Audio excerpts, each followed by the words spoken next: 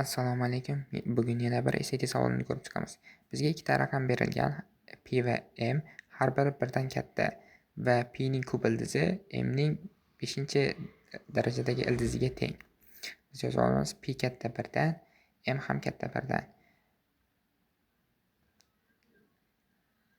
Kub ildizda P teng bo'ladi 5-ildizda M ga.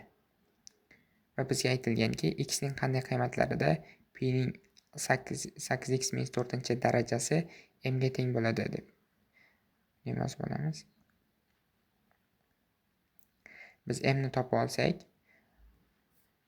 m bu yerda ikki tomonni ham 5-darajaga ko'tarib yuboradigan bo'lsak, p ning kub ildizdagi p ning 5-darajasiga teng. Endi bizda ikkita m bor va ikki xil p darajadagi p'lar bilan tenglashtirib olsak, p'larni qisqartirib olamiz. 8x minus 4 teng 5 taqsim 3 ga 4 ni qo'shib yuborsak 8x teng 17 taqsim 4 bo'ladi va x imiz 17 taqsim 24 ga teng bo'ladi. Bu kabi ko'p savollar uchun sahifamga obuna bo'ling.